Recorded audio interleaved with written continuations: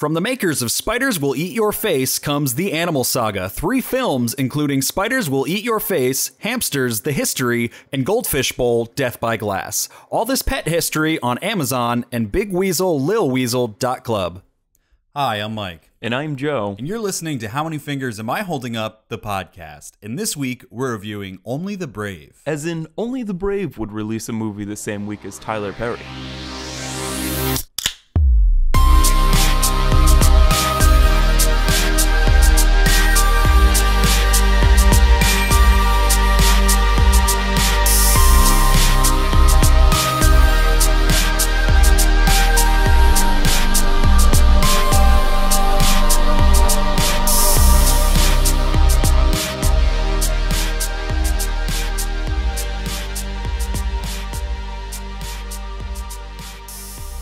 Welcome to How Many Fingers Am I Holding Up? Featuring 2 guys getting phalanges and reviewing movies in a weekly podcast form.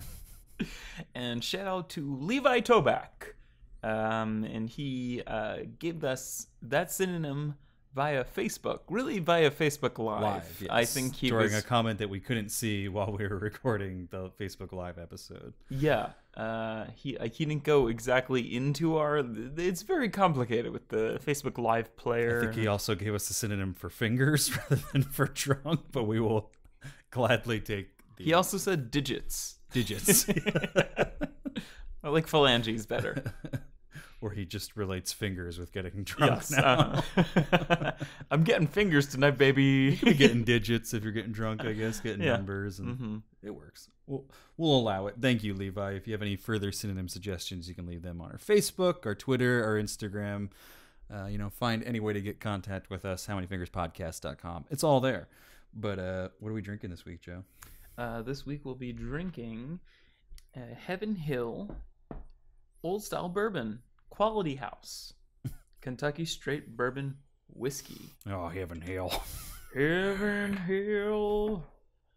My baby took me to Heaven Hill. In this nice little Elvis shot glass. It's not little at all. This is pretty. It's a pretty gratuitous. I would have poured less if I poured it straight into Yeah, the glass. it's a pretty gratuitous shot glass. Oh, and we've also got Refreshe. Oh, refreshe. I'm just gonna refresh up my glass right now.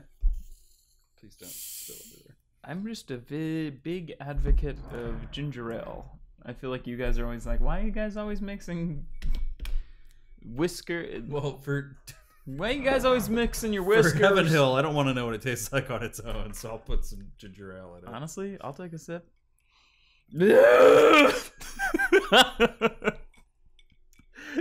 If you guys have ever smelled whiskey, that's like a really great. Hold on.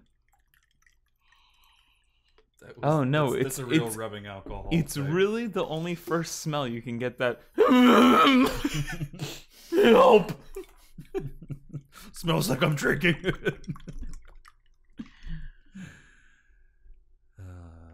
Boy. But how's it with that refreshing ginger ale? Still not great. It is biting through the taste of that ginger ale. It's like a battery acid chewing. Oh boy. It kind of just tastes like carbonated whiskey now. I don't even know how to screw this fucking lid back on. All right, you do you, Refresh. Oh, yeah, I guess the bottom part came off. Now it's like a childproof cap where you have to apply pressure to close it. If that. I don't know. It's just not going on, Dad. I'll save the day. Thanks, Paul. Paul. Paul. That works. All right. Anyway. Let me get a taste of this. Yeah. Yep. Yep. Mm. Only the brave. Only the brave, drink Heaven Hill. By the Book of Jessup. By the Book of Jessup.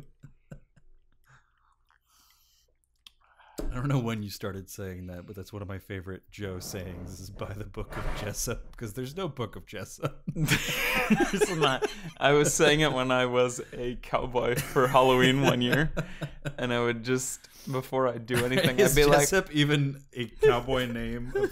Jessup. What comes up when I Google Jessup? I thought it was Jessup. It's a town in Maryland. It's an International Law Students Association. There's a town in Pennsylvania. It's a surname. Mm-hmm. By the Book of Jessup. It's like I think you want to say Jacob, No. which is still not a correct Bible book, but it's closer to being a word than Jessup. Jessup. By the Book of Jessup. And I guess Jesse James is like cowboy, so it's like Jesse is maybe a cowboy name, but Jessup. Jessup, get on in here. By the Book of Jessup. What do we got over here? Yeah, no, I remember. It's a good one. It's a good apostrophe N. I remember saying that quite frequently. I mean, especially when I drink this, I just feel like saying, by the Book of Jessup. It's getting a little better. Yeah. I guess maybe I didn't mix it around enough. Now the ginger ale is getting all mixed up in there. It's not terrible. Oh boy. But yeah, we're reviewing Only the Brave this week. And Joe, would you be brave enough to read the IMDb description? I shall.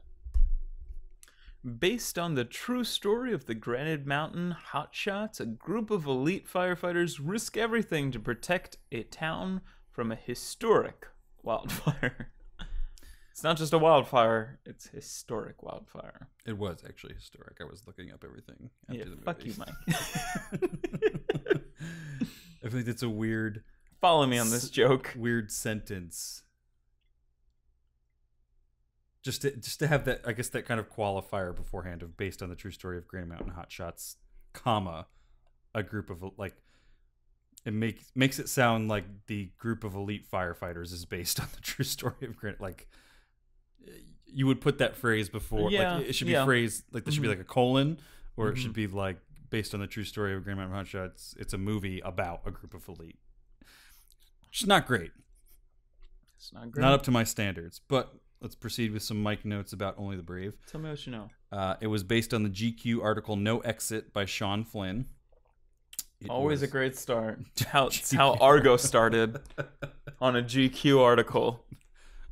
Could win an Oscar. Yeah, no, this could win Best Picture, everybody. It's based on a GQ article. It could win an Oscar. Ben Affleck's done it. Ben Affleck, after he finished masturbating to a GQ fucking magazine. Fuck, she's almost naked. Oh, I would look so good in those suits. 2014! It was a good year. Listen to our live episode. You might catch that reference. MTV 2014, Ben Affleck. 2004 was a long time ago. Oh god, It was yeah, like wasn't it was like 2014? Gigolo press. Yeah. Or mhm. no, Jiggly, whatever that movie was with Yeah, Jennifer. yeah, Geely, yeah. Giggly, giggling. Jersey Girl. Jersey. It was directed. Only the Brave was directed by Joseph Kosinski, who has previously directed Tron Legacy, Oblivion, and some CGI heavy commercials for Halo 3 and Gears of War. The Gears of War one actually won an award. I'm not sure what award it was. It was an award-winning commercial though. So he's a very CGI dependent person. It's kind of curious that he was brought on for this. I mean, I guess there is a lot of fire CGI. Either way, he's an adjunct assistant professor of architecture at Columbia Graduate School of Architecture and Planning and Preservation. I just thought that was an interesting fact that he's directed all these movies and then he's just someone's teacher for architecture. So I guess he's got a pretty technical mind in that way. And then the movie was written by Ken Nolan and Eric Warren Singer. Nolan has previously written Black Hawk Down and then Transformers The Last Night, which is just a wide gap between those two movies, both in time and in content. And then Singer has written the screenplays for The International and American Hustle. And he was nominated for the screenplay for American Hustle. I forget what it lost to. The movie was originally titled Granite Mountain, which was a much better title, and it should have stayed with that because I don't know what Only the Brave means. I guess it's a portion of a longer phrase, but it's a phrase that doesn't show up in this movie at all. Yeah, I don't know what that is in reference. But I know it was something where there was some dispute over rights where, I guess the distribution company, the original distribution company had a disagreement. I think it was Lionsgate had a disagreement with the production company, and they ended up just kind of giving the rights over to Sony for distribution because the disagreement was so wide. And then I guess Lionsgate, maintains some of the international distribution rights. But when they transferred it to Sony, Sony was like, "Oh, we're calling it Only the Brave, and it's going to come out on this date instead of this date." So for some reason, they thought that was a better title. Dierks Bentley released a single called "Hold the Light" featuring S. Carey for the soundtrack, which maybe we'll see at the Oscars, just because there's so few original songs that are released for movies these days. I don't even I feel like anytime I hear a movie, I'm like, well, we'll probably see that at the or hear a song. I don't even really remember when that played. I was trying to think about it too. I remember hearing it. I just can't remember when. I don't know if it's just over like the montage at the end of like the photographs. Because I remember hearing some song that was like, "Hold the line." I thought it was Line, but it's Light, apparently. Oh, really? Yeah. Oh, okay. Line made more sense. S. Carey is like a... He's in like Bon Iver's band or something. It wasn't a bad song that I heard. I don't really know I'm Dierks not Bentley at all. I'm not crazy about Dierks Bentley, but yeah. It wasn't bad especially in the context of the movie. Like, especially when I thought it was "Hold the Line" because I thought that made more sense for that the makes a content lot of the more movie sense than "Hold the Light." Mm-hmm. That's kind of like turn off the dark. Like, that just doesn't make sense to me. Anyway, the cast includes Josh Brolin, Miles Teller, Jennifer Connelly, who looks fucking good for her age, goddamn, in this movie. Yeah, just gotta get that out there. Jeff Bridges, James Badge Dale, Taylor Kish, Jeff Stoltz, Alex Russell, Andy McDowell, and Natalie Hall. And let's talk about Only the Brave. I didn't realize that was Taylor Kitsch. Oh, yeah. In this movie. My least favorite part of this movie. Yeah? Yeah. I didn't realize who is he? He's the roommate of Brendan at a certain point with the mustache. Like, I'm not a big Taylor Kitsch fan, but like, as much as I didn't like True Detective Season 2, I thought he was great in True Detective Season 2. And then this, it's like, it almost seems like a role that I can imagine him being cast for, and I feel like he just totally dropped the ball. And I just did not believe this kind of like super frat bro fireman that he was like portraying in this movie. Right. Like, we're like, literally, it felt like every line he was like forcing to be like, bro, dude, bro, pussy, bro, dude. Like, it was not buying that this was his character at all. It was much easier to believe that he was like, had some weird incestuous relationship with his mom in True Detective Season 2. Jennifer Connelly does look great because she's aged like a lot better than Josh Brolin, and I just literally assumed it was the usual Hollywood where it's kind of like, hey, it's me, Josh Brolin, I'm 50 years old and I'm dating a 25-year-old kind of. She could play 25 if she wanted to right now. But she's like 40 something. She's been in movies for a long time. Yeah, no, I'm a little more.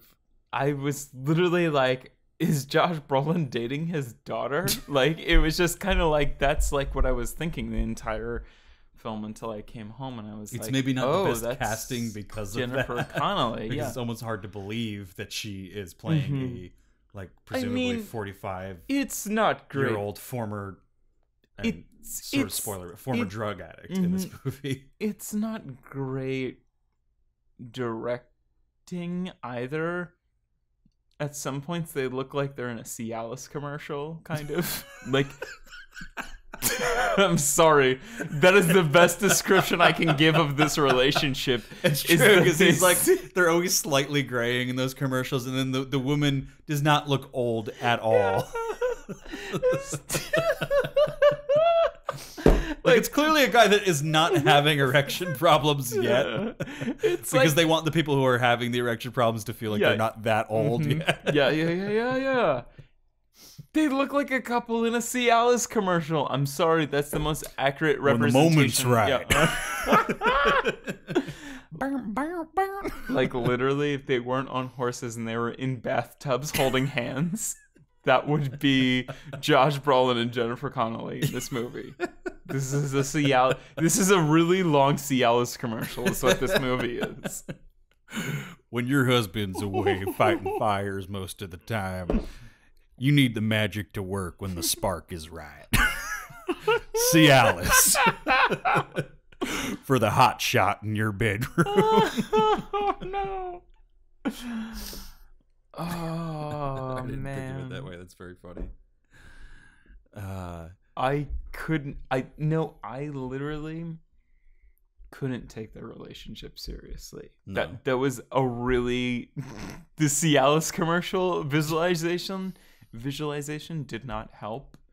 But the only times I could really feel like wholesome emotion is sometimes Miles Teller could break through. Even though I thought his character was pretty corny at times, I thought he was like pretty like Jesse from Breaking Bad, kind of like in a basement, kind of smoking crystal meth or something. It wasn't too cringeworthy, but like I could only really identify with him as opposed to Josh Brolin and Jennifer Connelly, who were kind of like just some like they were also some like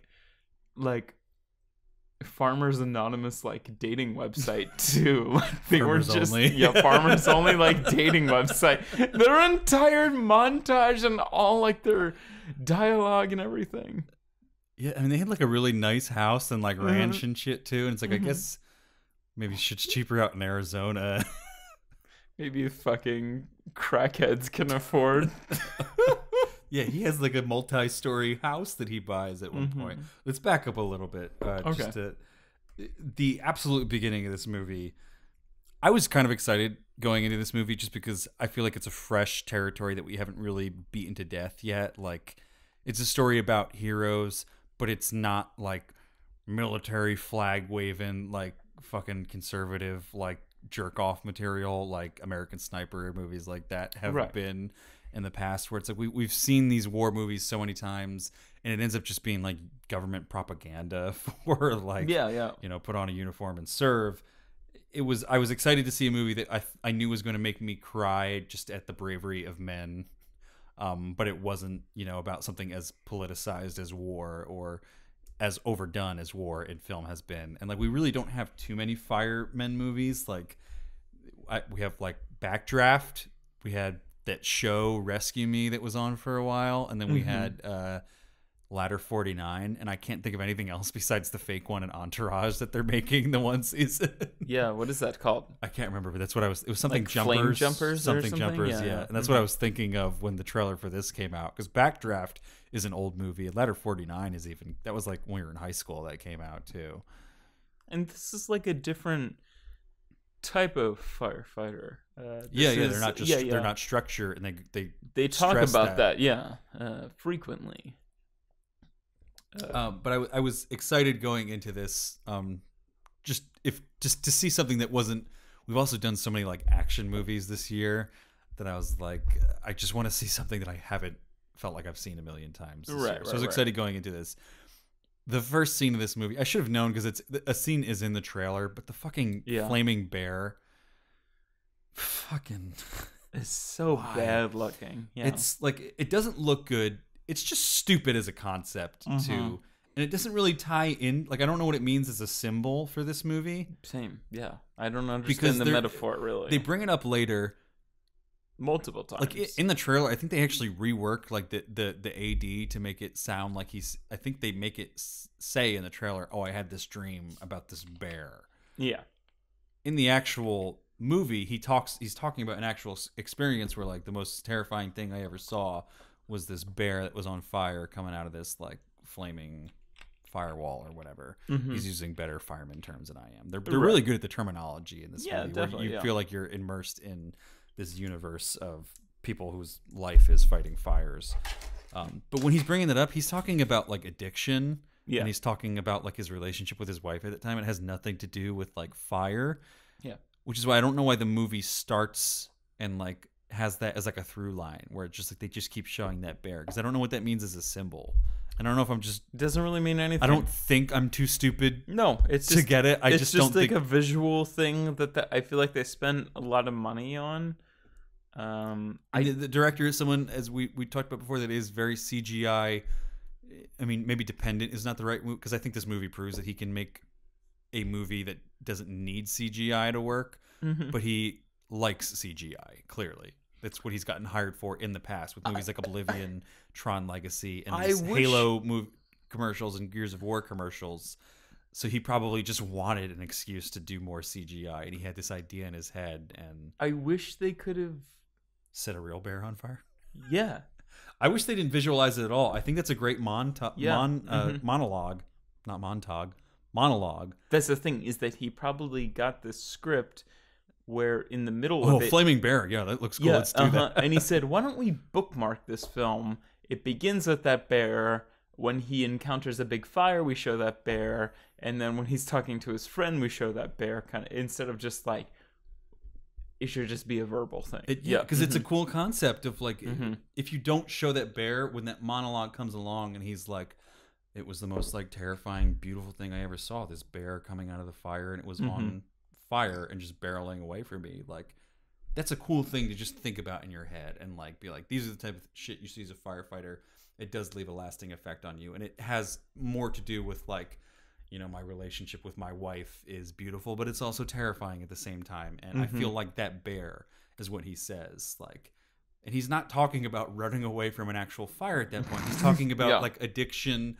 And my interpretation is that he's talking about like, I really want to have a fucking drink right now. Like, I feel like that bear running towards, you know, whatever my addiction is, or running away from whatever my problems are towards addiction. Right. And that's a really nice metaphor, but to visualize it is to kind of just cheapen that metaphor.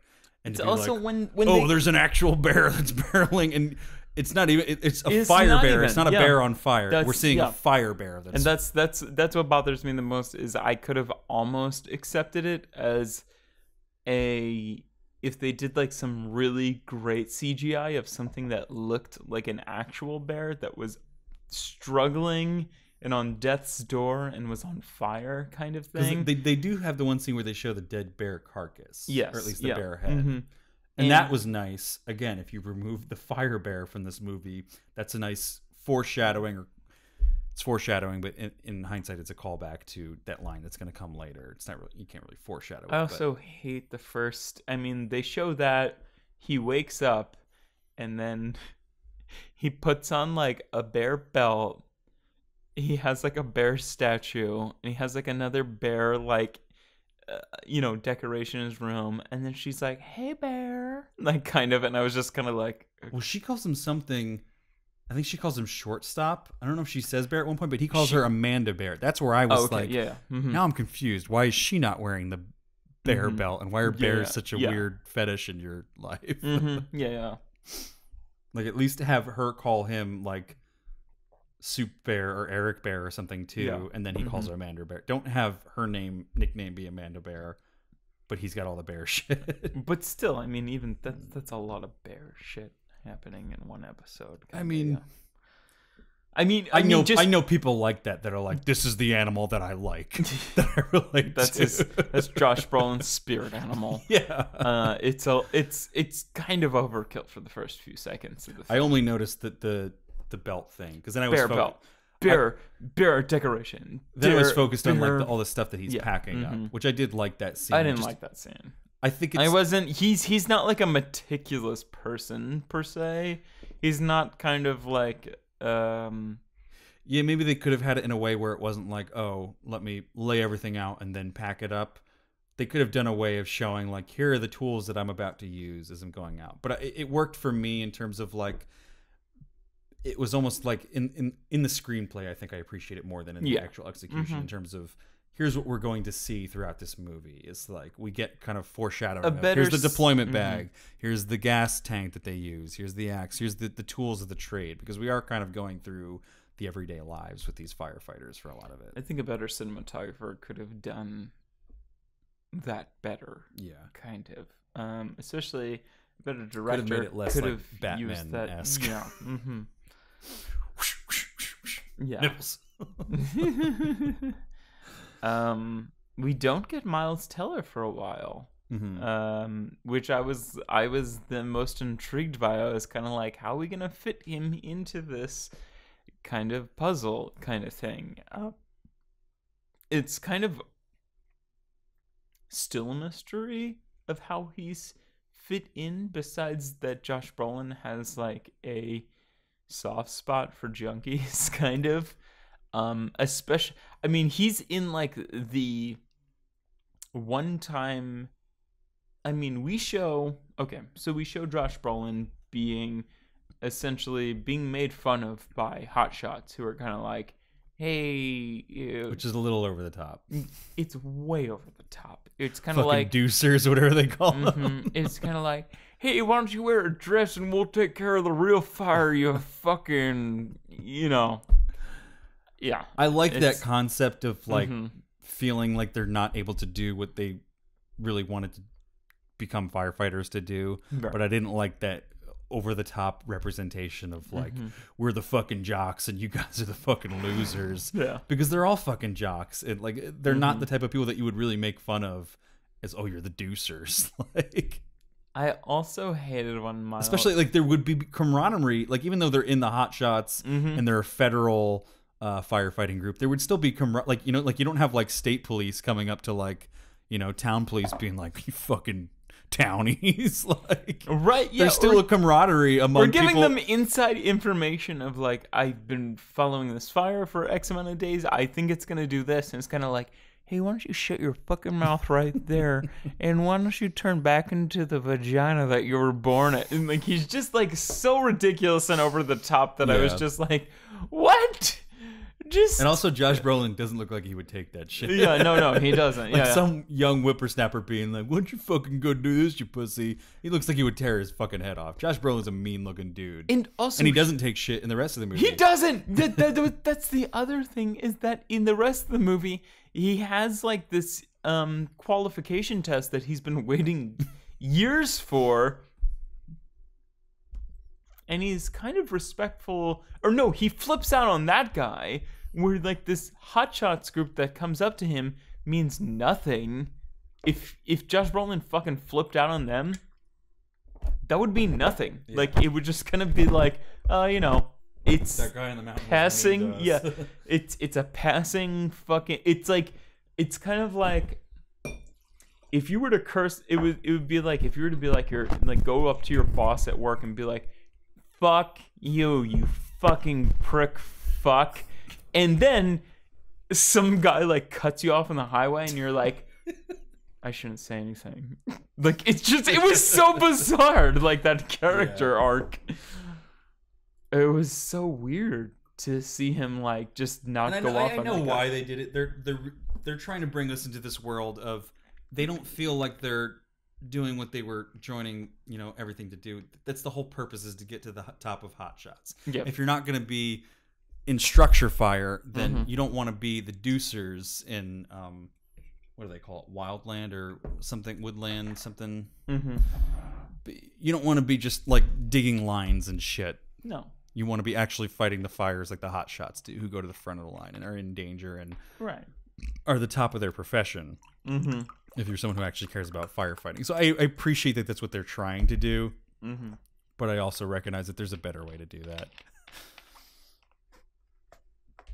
Like, you can have them talking amongst themselves like, God damn it, like, here we are digging these fucking holes when we could be like fighting the fires at the front of whatever, rather than you fucking deucers.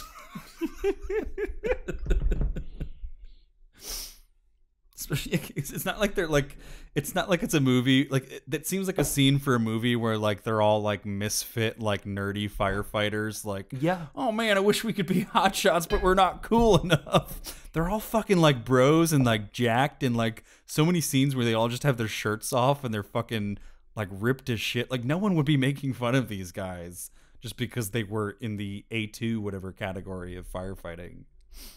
I also kind of hate that scene where Miles Teller kind of like walks in to apply for the job, and everyone's like having a push-up competition, like, hey, who can do the most push-ups and then jerk me off the fastest? Like, it's just kind of like so over the top, and it's just kind of like Miles Teller walks in and he's a fucking like, I stopped being a junkie yesterday, like kind of like thing, and then he hires them and they're like, hey, you know what?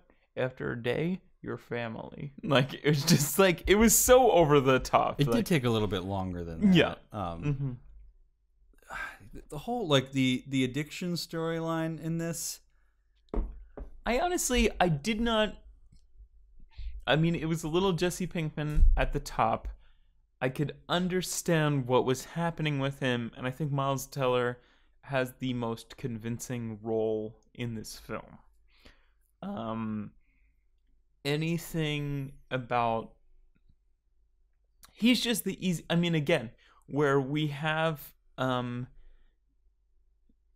Josh Brolin storyline with Jennifer Connelly is the fucking farmersdate.com or whatever storyline. That's really hard to put yourself in those shoes, kind of like, we're kind of, she's taking care of horses and he's like, all I care is about the fire, kind of thing, where, you know, Miles Teller comes in and he has like a legitimate drug addiction, and he is a mom who turns on him, and that's like, and you know, he knocks up some girl, and those are all like real hard things that you can put yourself into, as opposed to like, what if I didn't love my wife as much as I love putting out fires? Like, you know, like you could never identify with that. Whereas like Miles Teller is like, what if I fell into the wrong crowd and started doing drugs, and oh my god, what if I knocked up a girl? Like, how would I provide for this new life that came into the world that I did, and I can't provide any sort of resource, like, and I don't want to abandon that baby the same way that my dad did to me. That's so much easier to relate to than like, what if my wife likes horses and I like fire? And I think they should have did a better job of establishing that Miles Teller really is the protagonist of this movie.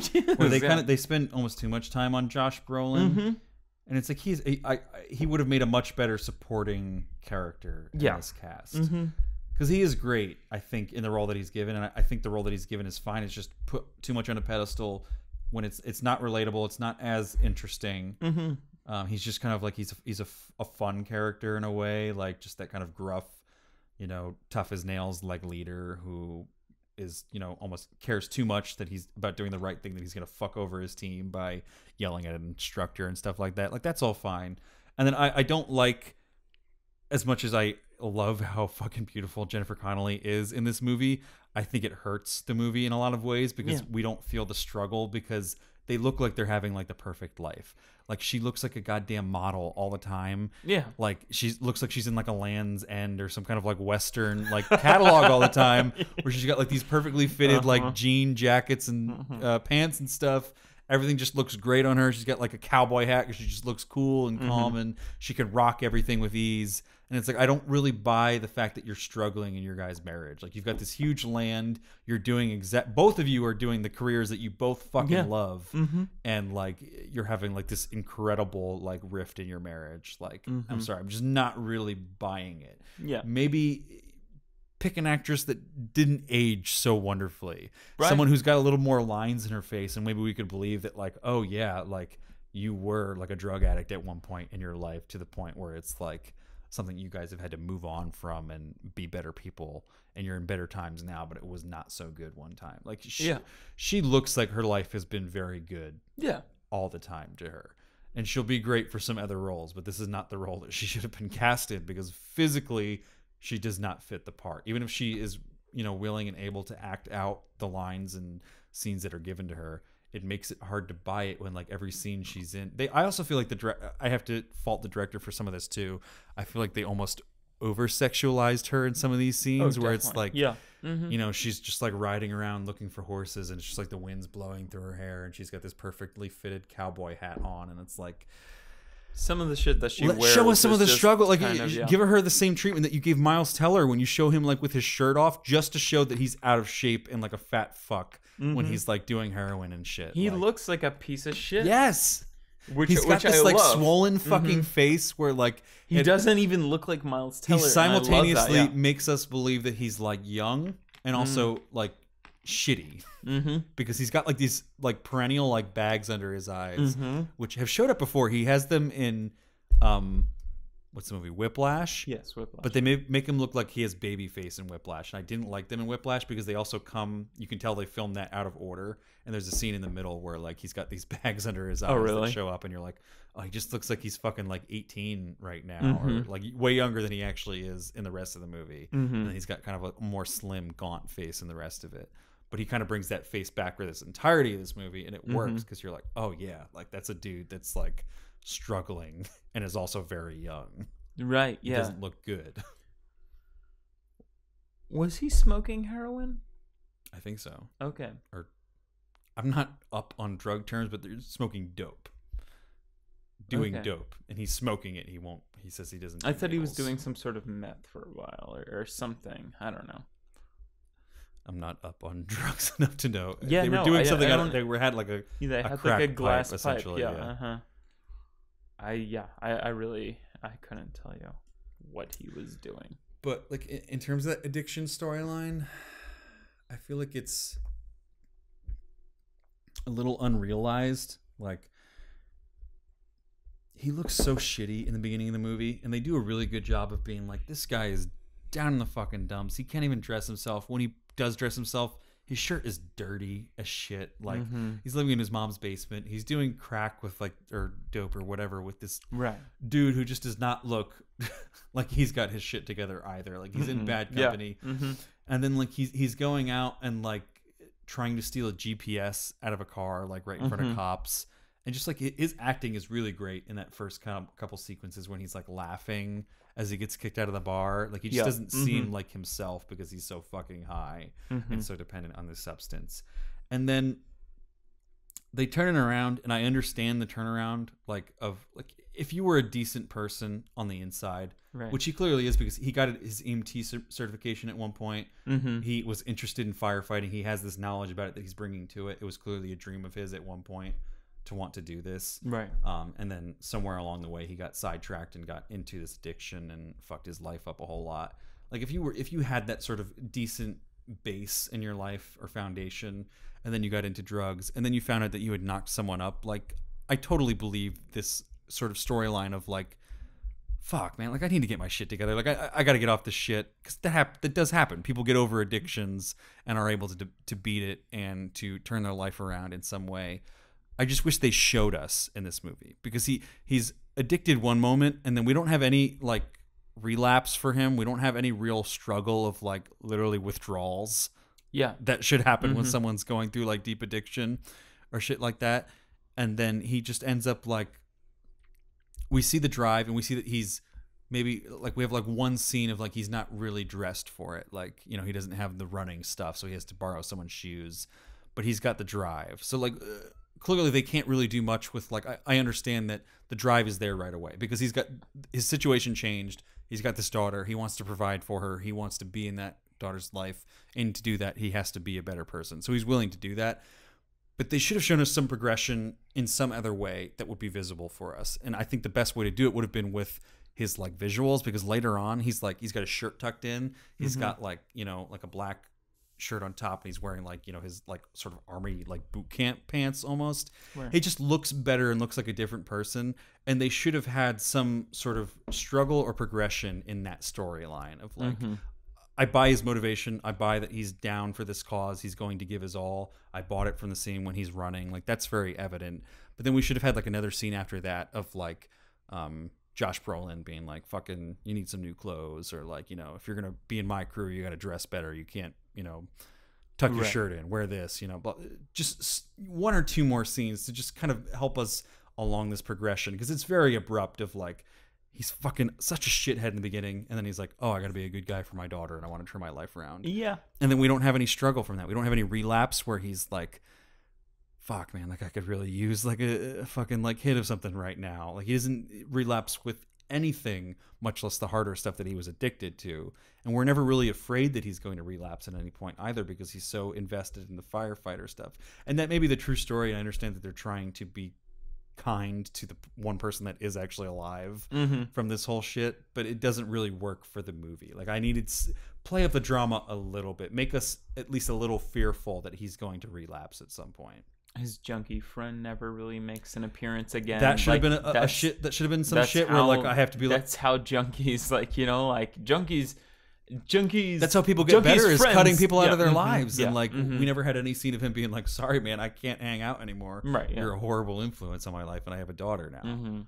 Like, we could have had like a tough scene like that. Like, the addiction stuff was like there, I felt like, to like the bare minimum, and it should have been a bigger parallel to the whole fire story. And like the hot shot story. Like, he should have been the protagonist. The movie should have opened with him being a shit, much rather than like seeing Josh Brolin fighting fires, and then we cut to him being a shit later on as if he's a secondary character.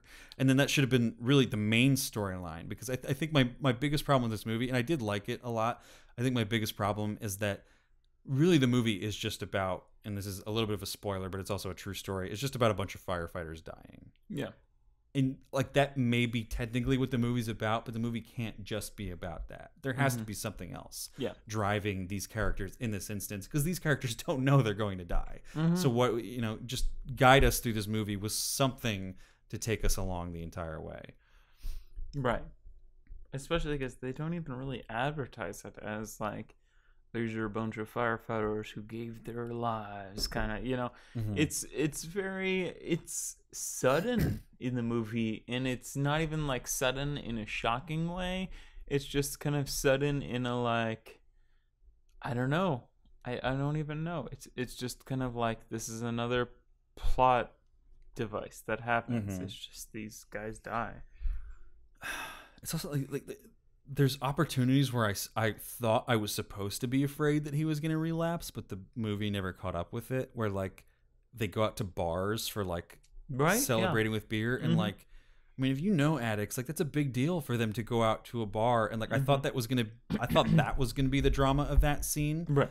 Of like Josh Brolin, who we've kind of hinted at, like, he was an addict in the past, that's why he's got this soft spot for Brendan Miles Teller. And I thought that was going to be what the whole point of that scene was, is like, yeah, we're going out to celebrate because we did a good job, but like, Miles Teller really shouldn't be around alcohol right now, because he's struggling with addiction, and that doesn't just or even come the from one whole substance. Rattlesnakes thing, where like Miles Teller is kind of just like the screenplay of just like, hey, I don't want any morphine, you know, I've struggled with, like, no addict is really like, it should have been Josh Brolin being like, no, he doesn't need. Yeah. And then like, he never shows up at the hospital again. It's this weird relationship that he has with Taylor Kish. Yeah. That they kind of reinforce through that, which isn't really as heartfelt as, like, I felt like we needed a stronger connection between Eric, Soup, and Brendan. I also like hated the one scene where the mom, and it's so stupid. It's like in Apollo 13, where like before they go like up into space, like the one wife is like taking a shower, and her like wedding ring falls down like the drain. I can like literally, my 7th grade science teacher like paused the movie and was like, this is fucking stupid. This didn't actually happen. Like, I don't want you guys to think that this is just dramatics. And we're like, okay. And he just like pressed play again. That's the only time he paused the movie. But like, it's literally like, after I guess he's in the hospital by getting The like, rattlesnake. after getting bit by the rattlesnake, but his mom is like, wouldn't you like to do something that's like less dangerous? And like I feel like Miles Teller at that point should just be like, bitch, I was on the fucking verge of death, you kicked me out of your house, you should just be thanking God I'm not a junkie. That I'm making money and that I'm not doing drugs. It's also I'm fucking doing this well-respected in that job. scene, Yeah. it makes no fucking sense because she's like, "Oh, here's the paper where you're on the front page of the paper. I should be so proud of you. Shouldn't you be doing something less dangerous?" Like, and then they don't really pick up that thread later on. Like, It's really just like alluding to what happens later in the movie, which just makes it like less surprising. Like if they're going for surprising, kind of, and it's just like, yeah, it's just a dumb fucking scene. Like I don't know why she does that. yeah. I also like. I mean, to jump a little. We won't jump to like the real end of the movie, but I just feel like just to touch back on the addiction thing, they don't really wrap that up or touch on that towards the end of the movie. Like, and I feel like the end of the movie is something that's sorely lacking in terms of it needed one or two more scenes to kind of like close things out, and that would have been a real opportunity to add something there, like some sort of,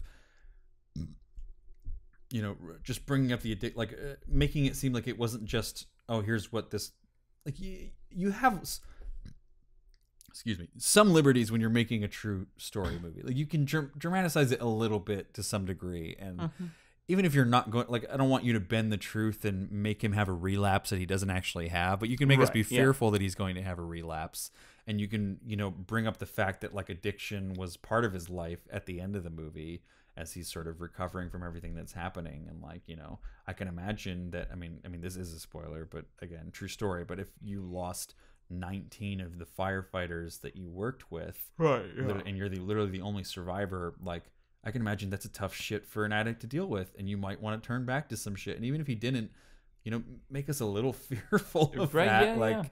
There was it was just kind of like, it was something where they brought up to be true to what the character in real life maybe actually was, but then they weren't really willing to commit to the drama of making a movie. And then my comment is like, if you're not willing to do that, then don't make the movie. Like, not all stories need to be made into movies. And I think there's other things about this movie that do redeem it, but just in terms of that character, like I felt like he was kind of underrealized in that way. Like, because there's a lot that's rich there to delve into in storytelling, and maybe it didn't happen in real life.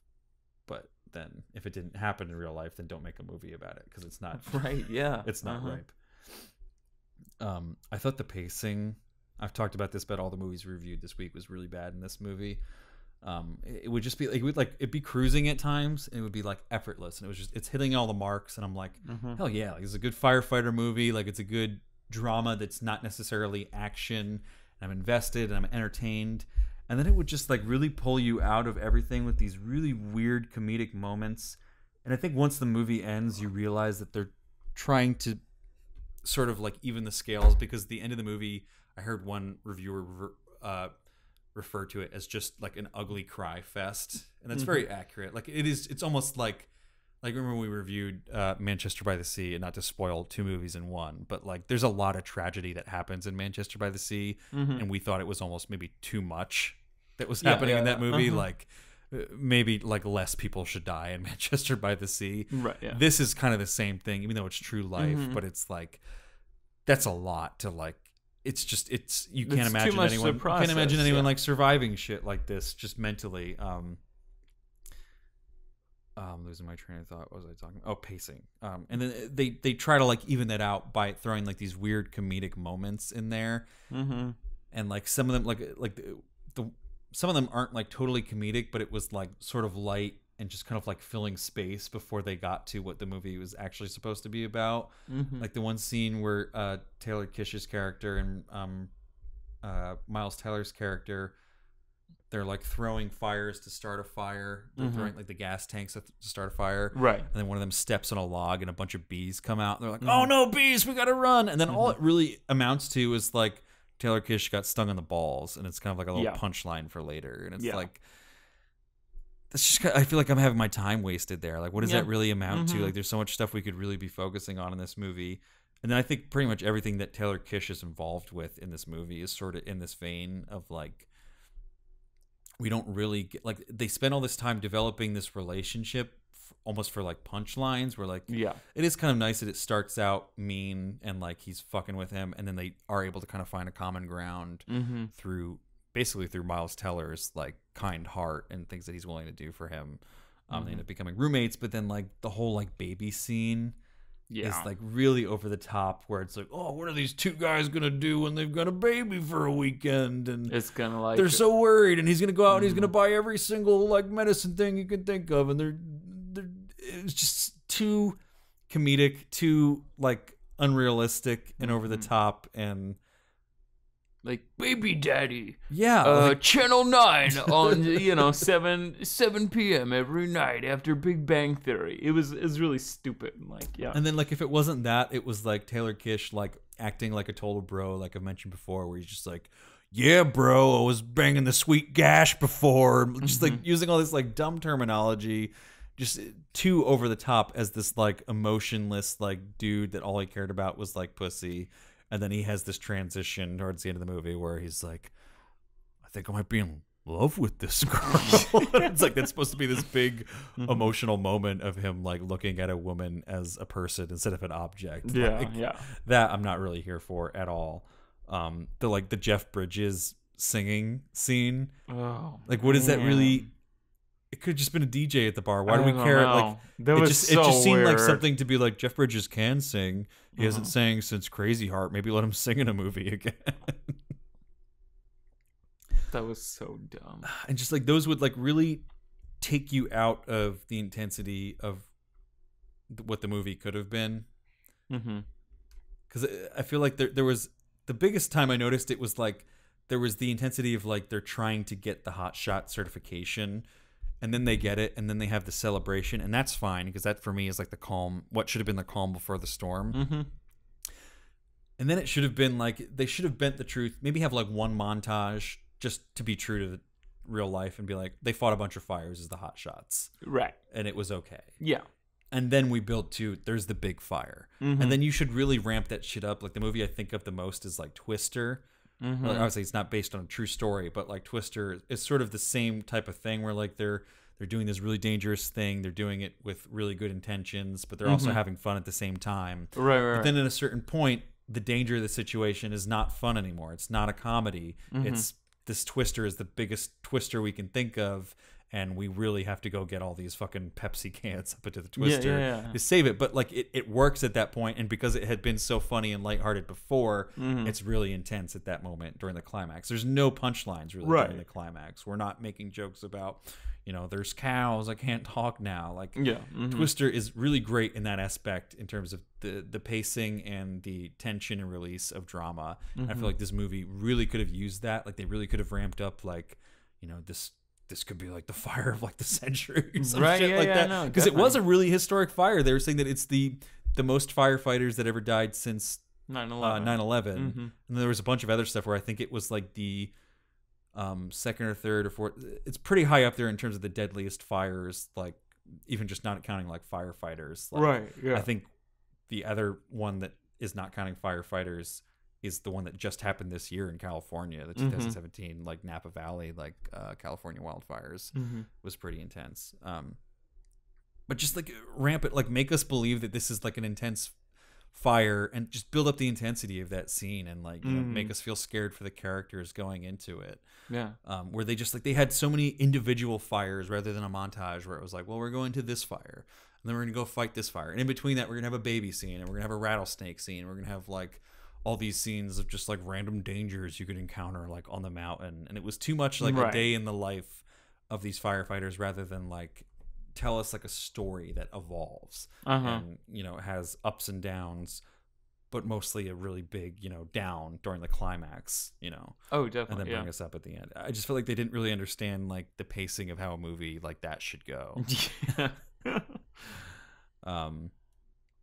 Anyway, I feel like I've been ranting for a while, but that's one of my biggest complaints, because I do like a lot about this movie. I think that it hits a lot of emotional marks for me, and I appreciate the originality of it being a movie about heroes where I don't really have to like feel guilty for feeling sad about it, because it's not about some fucked up war that we're in. It's not about Chris Kyle like murdering people and being like, slightly racist like over in Afghanistan. Like it's American heroes that are doing something that is not politicized at all. There's no, you know, it's not even like a police movie where it's like, you know, are they fucking being racist towards, you know, people on their beat. There's nothing political or racist or anything about fighting fires. It's just purely trying to save lives because you have the know-how and these other people don't, and you have the technology and whatnot. Right, and I liked really being brought into that world. I liked understanding some of the methods that they're using, and you know, I liked knowing that it wasn't just guys with like hoses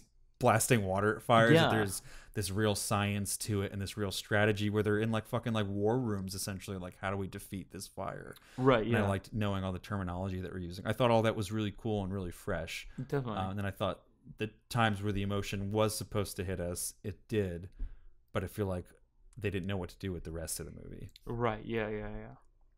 No, yeah, I agree. Yeah, no, I didn't really like a lot of like the sort of war room fire stuff. It showed that there was more. It showed that it wasn't just Josh Brolin like looking at some sort of like compass and a, you know, fire sheet like graph or whatever he was looking at. I didn't like those scenes where he was out there like, "What are you gonna do, you bitch?" Yeah. Like Josh Brolin had some sort of like Vendetta weird communication with the fire. Yeah, those were weird.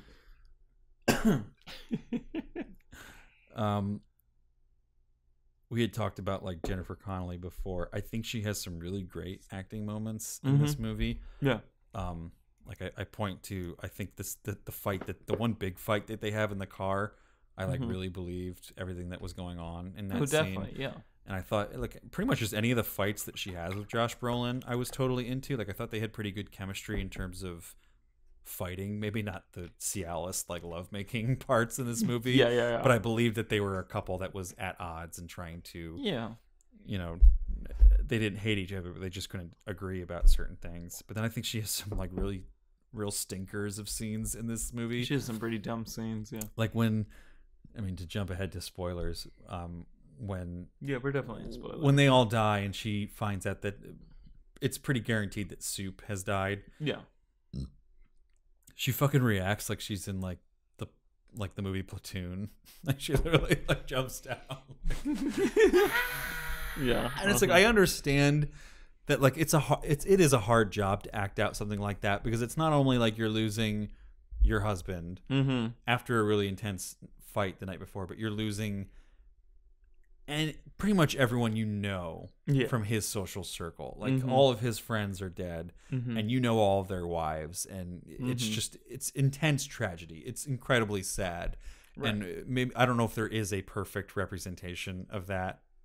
Like, it's not going to look good in cinematic. Right, yeah. But I feel like this was playing too hard to the cinematic side. Yeah, it was. Like, they might have even just done better to just mute the audio in that scene and like have her fall down, but it was just weird because she just kind of like walked out and she's like, because they do like mute a lot of Miles Teller's reaction to what's happening, and I thought he had a pretty appropriate reaction. I like pretty much all of his acting. I think everything I fault with his character is with the writing. You're right, yeah. And the other scene I didn't like is when towards the very end of the movie, I really love him reacting to finding out that everyone's dead. I love him like in anxiety, wondering if they are going to die in that scene, because he sort of understands the situation. And then I like when he's being driven back to the gym and that guy's like, yeah, I don't think you want to go there, man. And he's like, take me to the gym. Like, I really believe this kind of like bullheaded nature that he has of like, no, I'm going to be there, not realizing like, oh, when I walk through those doors, everyone there is going to look at me and wish that I was dead. And I really I thought he had a really great quiet performance when he walks through the doors, and you can see in his eyes like, I made a huge mistake. Like, I should not have come here. I've made it worse for all of them, and now I know that everyone wants me dead. And it's an especially terrible kind of situation because they're They waiting. they all don't know. They know one person survived out of the 20, and 19 are dead, and and they're all secretly hoping it's my husband. Yeah, that's and they're waiting survived. for like a grief counselor to say the exact details of what's happening. Yeah, so it's like especially it's just a bad scene. And then when he walks yeah. in unannounced, and it's just kind of like, oh, he's the one that survived. And The you can junkie. obviously understand Yeah. his feeling of like, I didn't deserve to survive. And then I like the concept of that scene of him walking out. I like the concept of Jennifer Connelly Yeah, being like, yeah. okay, we're all fucking hurting, but he needs help as well. Mm-hmm. But I thought she played it too strong when she goes out to help him. Yeah, definitely.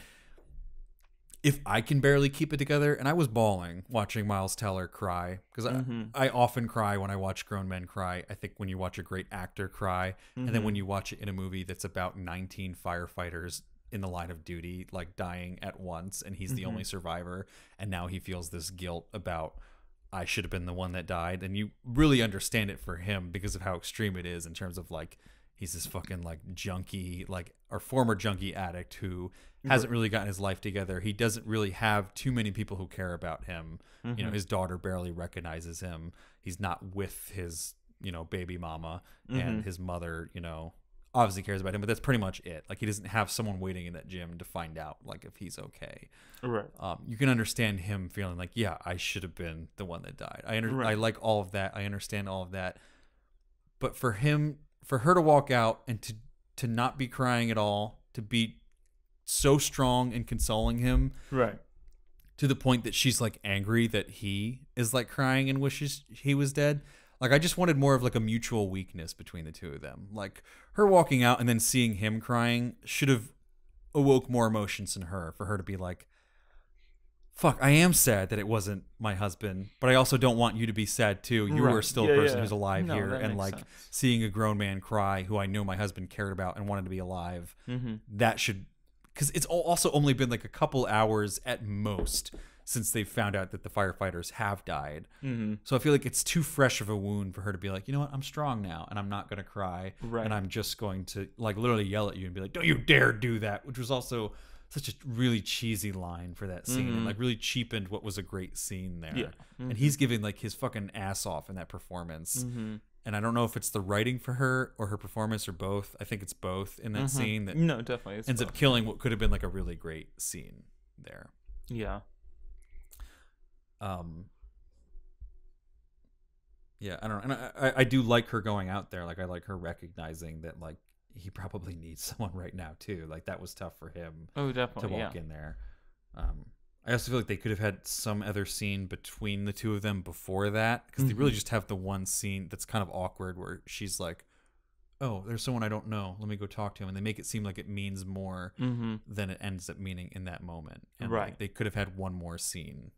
And again, that's another scene where like a relapse might have, or fear of relapse might have done well. You know, maybe if the bar wasn't about him leaving and was about like, I can't be here, and he runs Yeah. out during the bar, and she runs out and she's like, you know, just so you know, like, Eric understands what you're going through, and I understand what you're going through too, and it's hard to be around this stuff, and you know, because she knows his history. There's so many things they could have done. Yeah. To, And I know like the more unspoken shit is supposed to be powerful, but it is also like, fucking tell him. He's like really in the dark. We're kind of in the dark. and of, when they like, do have the yeah. scene with Josh Brolin and him, Josh Brolin barely says it, and it's like, we understand it, but like, I don't know, I wanted a little bit more. Like, I Same. wanted, Yeah. It didn't feel like Josh Brolin, like it felt like the bare minimum, and maybe that's realistic. In terms of like a character like Josh Brolin is not going to bare his soul to a young kid like that. Yeah. But that's what I want, and that's what I think the movie wants, is Yeah, to definitely. have a little bit more emotion from Josh Brolin in terms of like, not just saying, yeah, I was like you.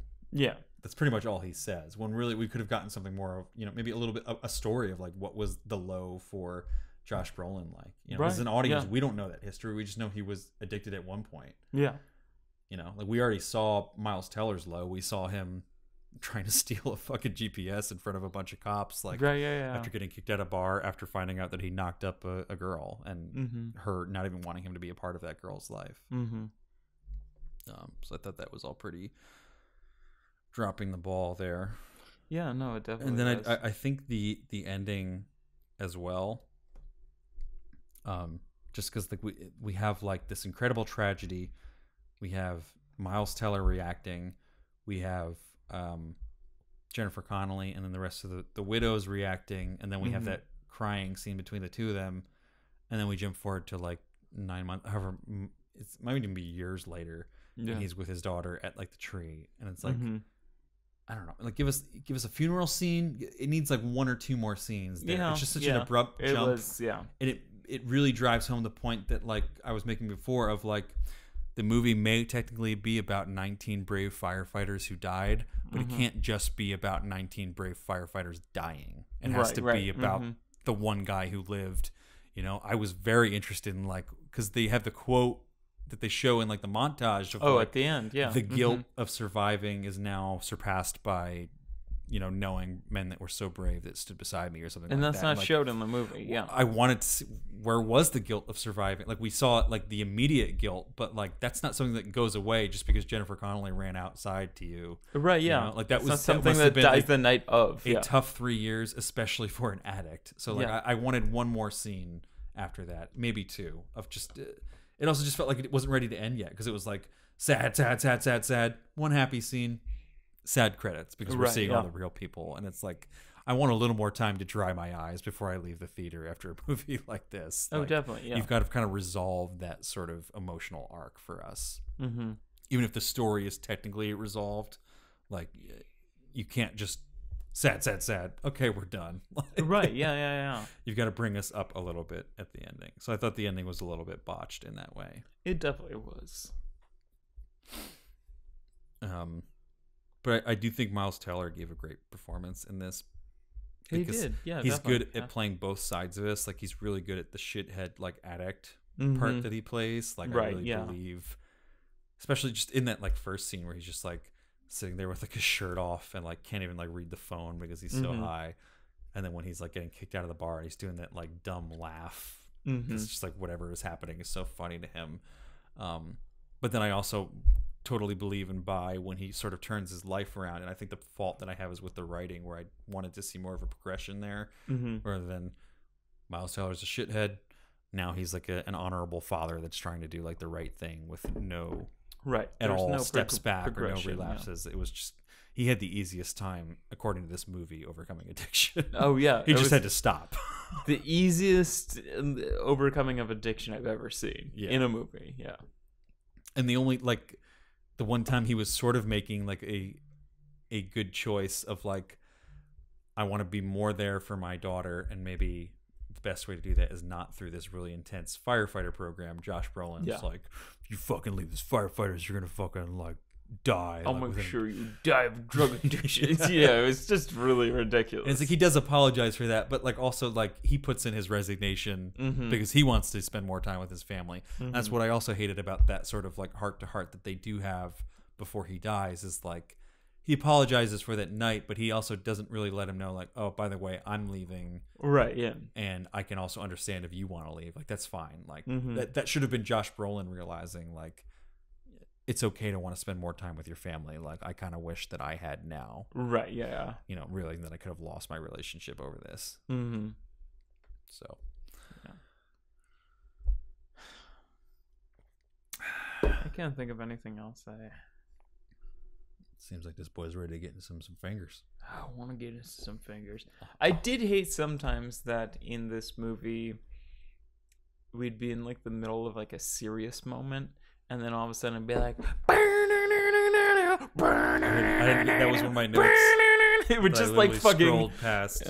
Maybe I didn't write it down. It would just like literally be like in the middle of like an emotional moment, and then all of a sudden like a fucking Guitar Hero fucking like transition would happen, and then we'd cut to like a drone shot of like kind of like the boys are back at it, and they're back in their Jeeps like looking at a wildfire kind of, and it was just kind of like, come on, man, like have a little respect of like the transition.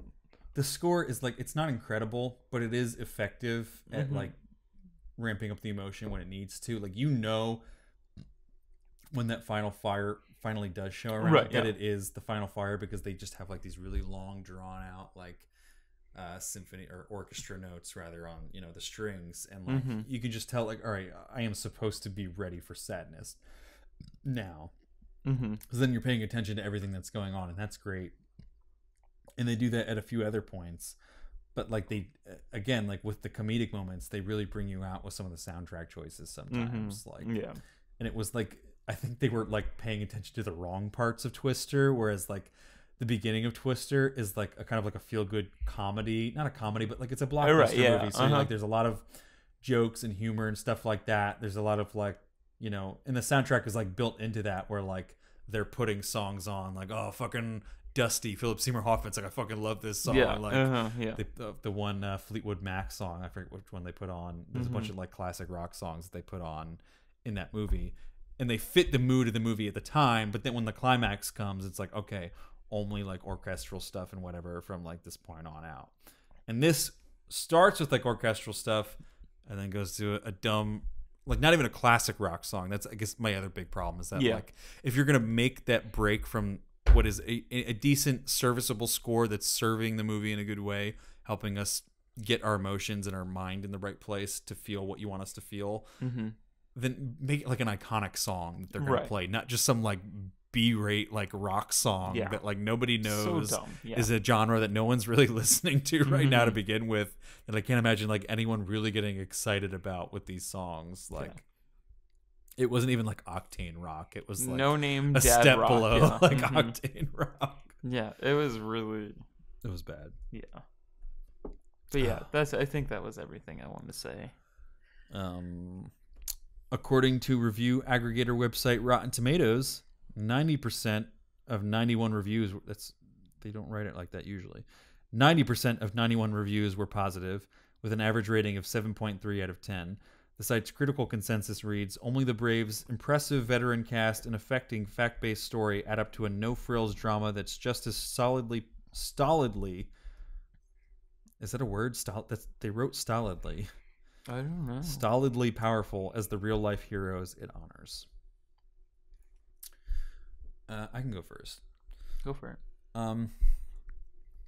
We've had like a lot of criticisms, and I've tried to sort of meter those out. I think overall this is still a very engaging drama. I was never bored at any point in this movie. I just kind of had parts where I wish they had done it better, because I thought there was a lot of potential in this movie. And I think there are remnants of a great script still in here that was maybe studioed out or just lost on the cutting room floor.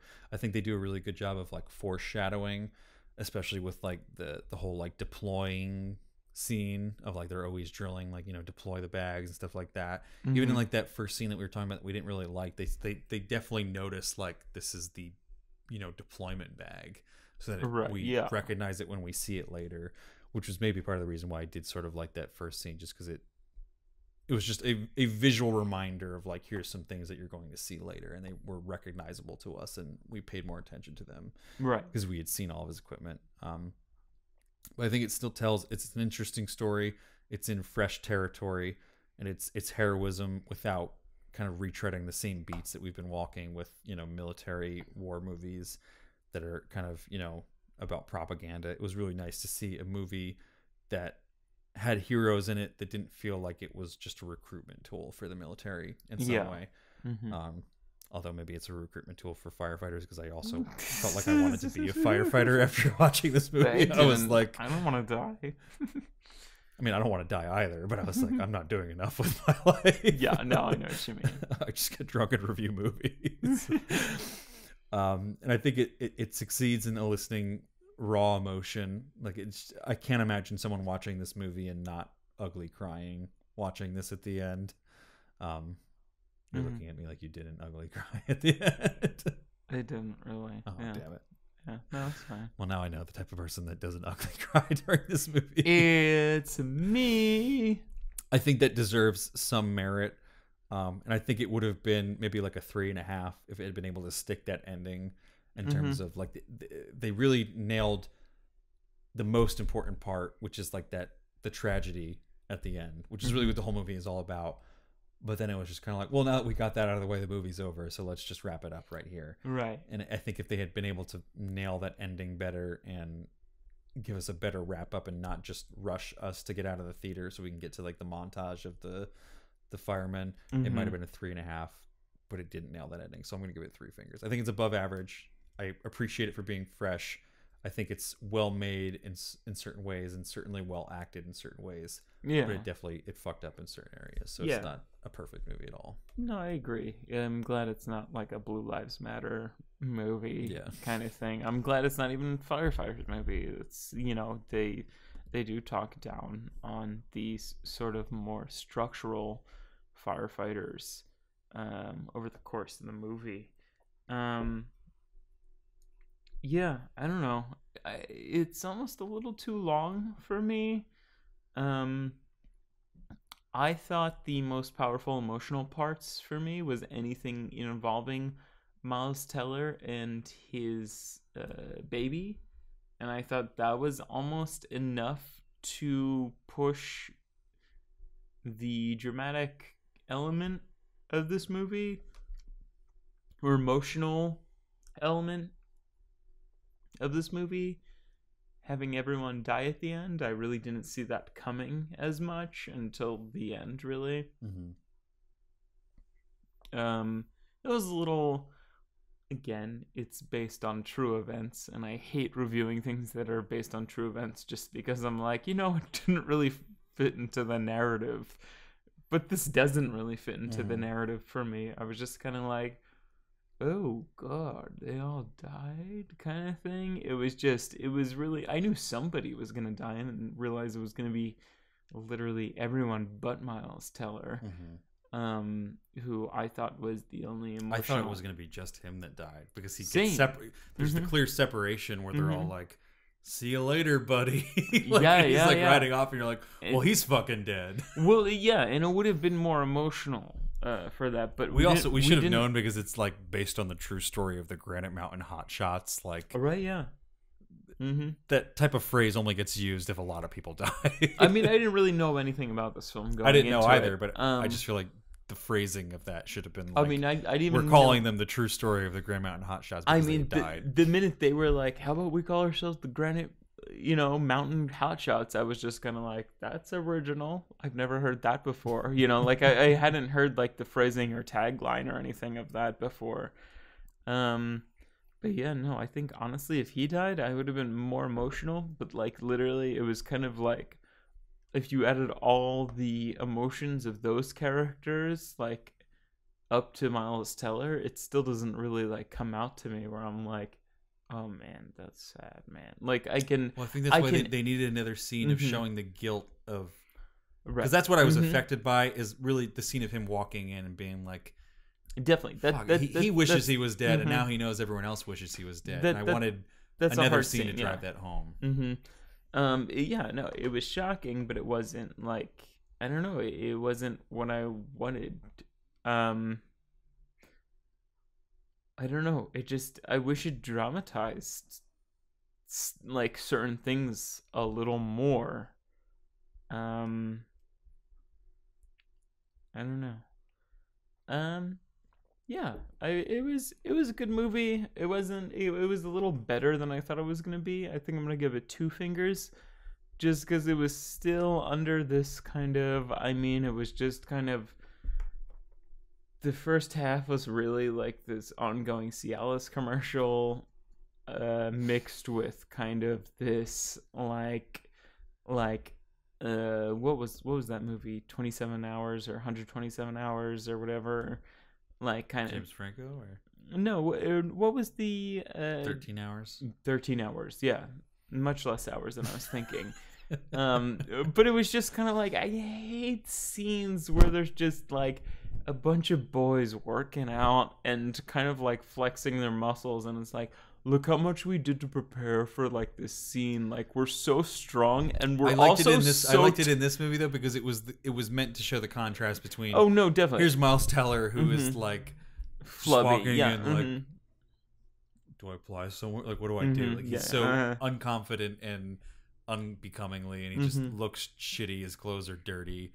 they're not even good clothes if they were clean to begin with. Mhm. And there's all these fucking like supermodel dudes that are like Right, working yeah. out. Like it's a bit extreme of a divide, but I do It is. appreciate it. It's to the point where like, why are they like 13 shades like tanner than like Miles Teller? Like, you know, like why are they so? Well, I mean, he's staying in his basement. Yeah, doing no, drugs definitely. and Yeah, then yeah, going yeah, outside yeah. and running and Yeah, I don't know. It's just also kind of like a drug addict isn't just somebody who goes on like a 13-mile run and vomits. It's just so much more in depth than that, which we someone who talked about. Even just Yeah. someone who doesn't work out, I can see myself. Oh no, vomiting on a run definitely. like that. But you're not like also a drug addict too. You know, it's just it wasn't as extreme maybe as it could have been.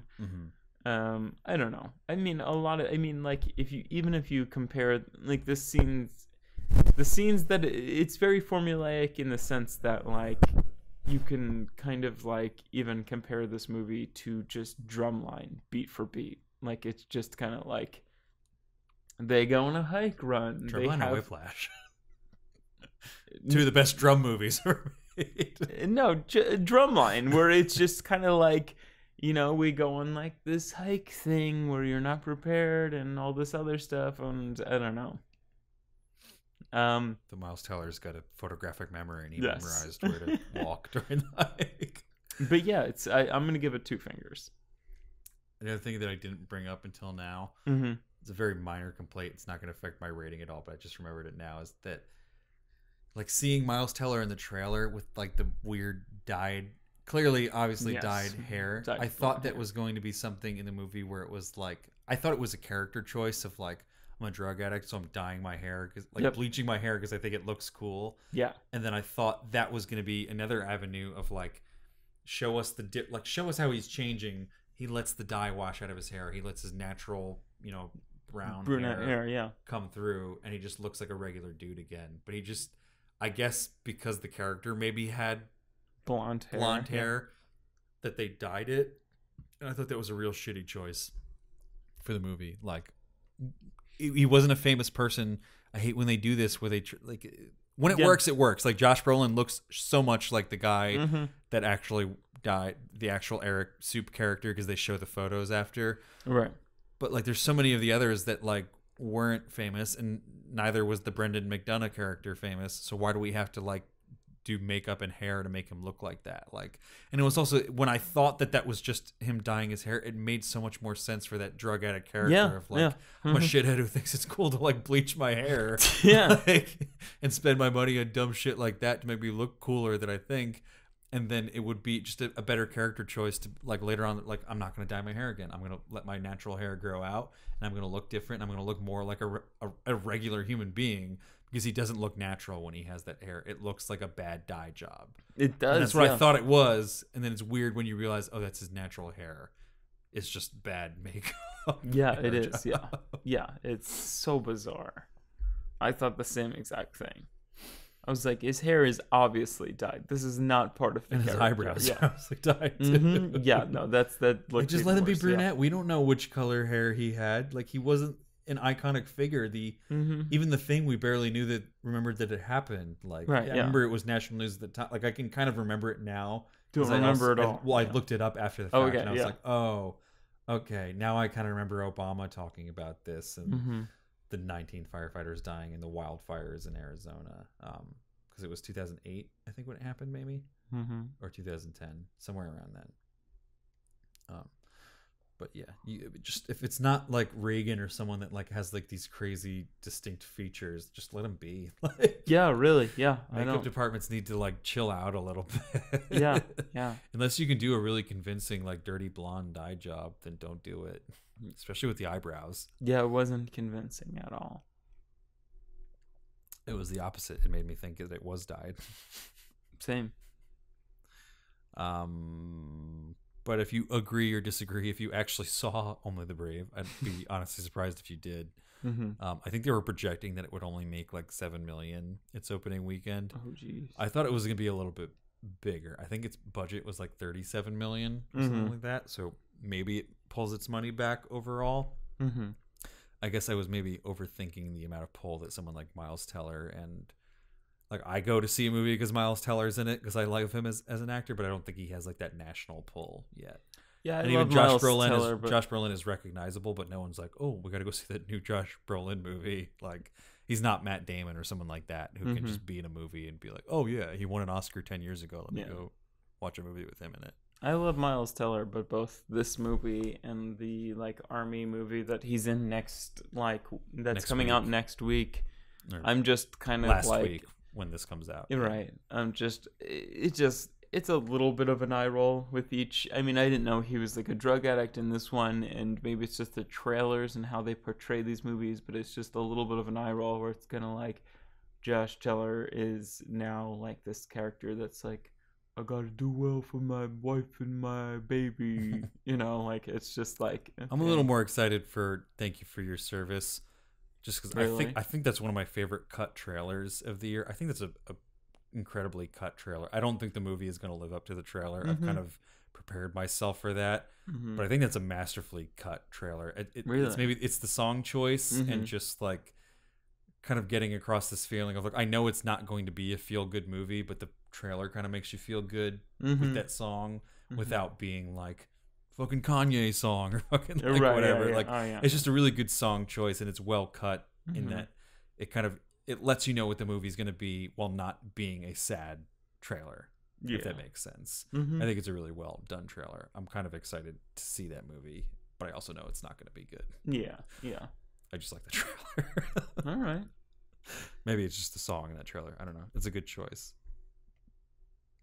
But if you agree or disagree, let us know on wherever you're listening: SoundCloud, YouTube, Facebook via SoundCloud, or SoundCloud via Facebook, Twitter, Instagram, Tumblr, wherever we're listening. We'll respond. We'd love to hear your thoughts and continue the conversation, as we keep saying, about this movie. Let's sign out of this bad boy. Sure. We're on Snapchat now. Did you know? Get on it. At HMF Podcast. It's not my personal Snapchat. Don't send me Snapchats there. Just because my number was one linked to the account doesn't mean that it's my personal Snapchat. But you should add us, and you'll see some behind-the-scenes stuff as we record episodes. And subscribe to our YouTube. You can find a link on our website, howmanyfingerspodcast.com. And we'd love the subscribers, and even more, we would love just some plays on our channel. Find one of our playlists, just play it, put it on loop, put it on mute, and just let it play in the background. If we get to 10,000 plays, we can finally monetize our videos again. They were once monetized, and it was taken away. And then we can put external links on our videos again, like to our website, to let people know more about our podcast. That was also taken away after always being there. So just help us get back to 10,000 plays. That'd be really cool. And then you can never watch our videos again. I just want to know that we have the ability to do that stuff again, because it really burns my ass that has happened. Burns my ass. That's a phrase, right? Yeah. Rate us on iTunes. You can find a link on our website, howmanyfingerspodcast.com. Leave us a review, subscribe to us, all that good-ish. Really good for our metrics. Sign up for our mailing list. Really important right now, because as we're doing these Facebook Live episodes, right, we're going to hopefully in the future start doing contests if people actually subscribe to the mailing list. And the way to enter those contests is to subscribe to the mailing list. That's where the pool is going to be drawn from, is the mailing list. Right. So you can find a link on our website, howmanyfingerspodcast.com, on the navigation bar up there for our mailing list on MailKimp. And probably get a pop-up ad that says, "Hey fam, you want to join the Finger Fam?" No thanks, fam. But sign up for that. You'll get emails, when we post a new episode, when there's big podcast news. We do have a few announcements coming up that if you want to hear about it first, sign up for the mailing list to be in the know about all that. Again, link on our website. We don't have them out now, but we do have t-shirts, koozies, and stickers, and all three in a package deal for $11.99. All that at howmanyfingerspodcast.bigcartel.com. That's probably the best way to support our podcast, if I had to pick one. That's the only way that there's no profits being taken out from someone else's end. Yeah. So if you ever wanted to really support the podcast, if you want a koozie, which They're great koozies. They've done really well. I've actually like washed, not in like the washer or anything, but like I've spilled beer in my koozies and then washed them under the sink, and the screen printing has held up. So they're decent quality koozies. Might I even say great quality koozies? And we've really made them like the lowest price we can go. It's really just, you know, buy them and help support and also represent, you know? Buy a koozie, buy a t-shirt, Represent, or man. buy a sticker, or again, all three in a package deal for $11.99. The Be best way to support coolest us. guy on your campus. To all our college listeners out there. To all our college buddies. But if you're looking for the easiest way to support the podcast, that might be by clicking on our Amazon link or our iTunes link on our website.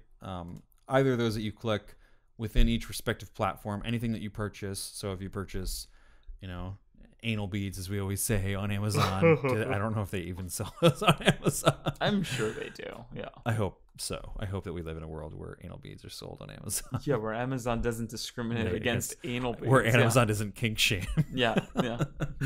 Or if you're buying, you know, some kind of record on iTunes, because people still buy music, right? Sure. Sure, Dad. Or a movie. I feel like movies are probably more common to buy on iTunes. Buy your Blu-ray or renting movies. If you're going to do any of that, just click on one of our links first, and anything you do within 24 hours within each of those platforms, within each of those windows, we'll get a nice little cut of. It's a really easy way to support the podcast without going too far out of your way. You don't have to spend anything extra. Just make your normal Amazon purchases or your normal iTunes purchases after clicking our links, and we'll get a little cut of that for sending you their way. So, real easy way to let us know that you care and that you're listening. And I think that's about it for this episode and this recording session. So very cool. Signing out for How Many Fingers, a podcast. I'm Mike. I'm Joe. And I'm just always scared of that fire bear coming out of the darkness. That CGI fire bear's not even a real bear.